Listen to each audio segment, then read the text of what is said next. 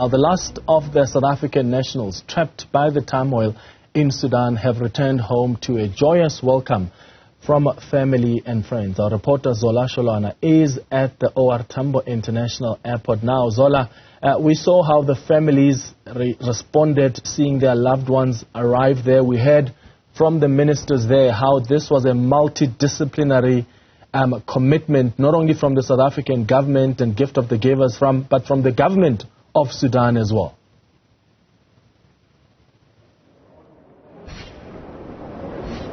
Yes, you're right, Clement. Just to confirm the number of the people that arrived today, the last batch of the people, there were about 51 South African nationals, 1 Lesotho national and 1 Zimbabwean.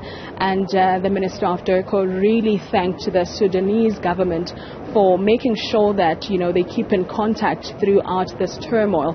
Now, Clement, if you could allow me to, introduce Mr. Hassan, who is the ambassador to Sudan in South Africa. Sir, thank you very much for your time. The Minister of DIRCO really spoke about, the role that you've also played in making sure that our South Africans return in the country safe.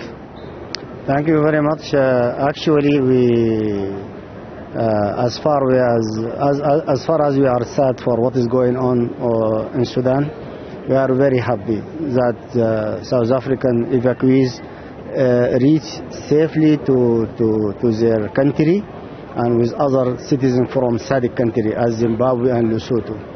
And actually we start to coordinate very closely with the Department of International Cooperation here in South Africa once we receive a request from them to evacuate their citizens. This was like 4 days ago. And since that date, we connected ourselves with the emergency cell in Khartoum. It is part of the Ministry of Foreign Affairs. Together with the Sudanese Armed Forces, they have their own emergency room for evacuation of the foreigners. And we have started to coordinate all the steps, so we get like 2 routes safe for them. One route through Port Sudan in the Red Sea, and the other route through the border with Egypt. And the majority came through the border of Egypt, and we are following and try to facilitate the challenges and the problems all through this route up to Halfa, the border, and after that in the border until they get their visa and the access to Egypt, until we receive them here in South Africa. Mm-hmm. Now, tell us about the situation currently in Sudan. How is it looking like? You see, I can describe the situation in brief. What is going on in Sudan is kind of rebellion and treachery from the RSF forces. Again, it's the legitimate army, Sudanese armed forces. So I think this violence and this conflict erupted according to the plan or steps of the plan plotted by the RSF to take over the power in Sudan through the coup. And the army just doing his job, his legitimate role, playing his legitimate role to control the situation and to get and to restore peace and security in Sudan back.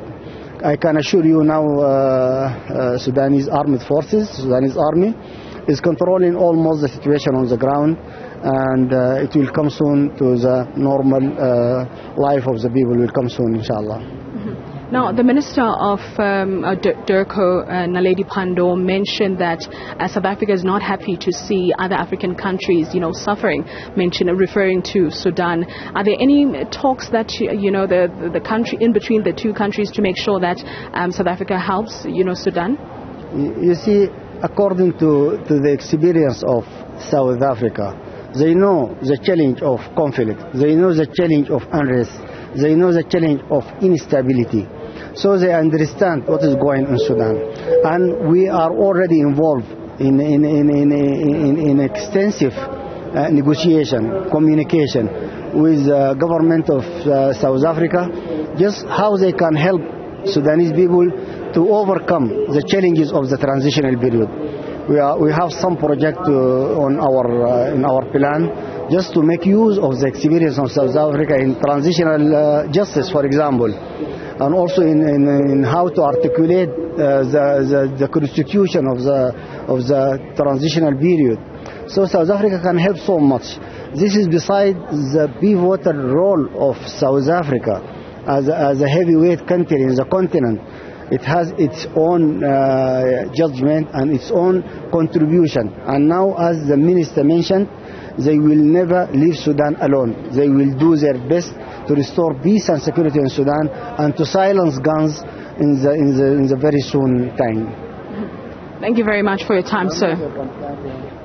Now, Clement, Mr. Hassan just spoke that South Africa, they're currently in talks with South Africa, to come up with solutions to help, Sudanese as they're still suffering, like the Minister of Durko said. She said in a week's time they'll come back with a solution on what they are going to put on the table as an African country, and also including the international community as the war is still going on. Clement, earlier on we saw the families during the briefing.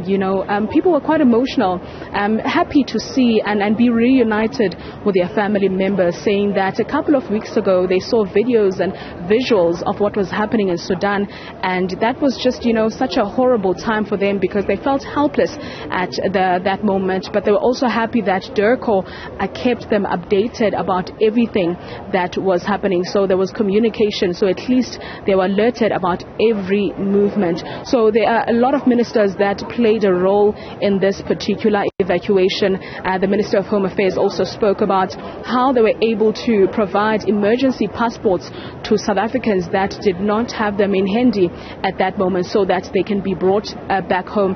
He also explained that the emergency passport does not apply to South Africans that want to move from South Africa to another country, but only applies to South Africans that are stuck in other countries and want to come back to their country of origin. So that's it from me, Clement, from the OR Tambo International Airport.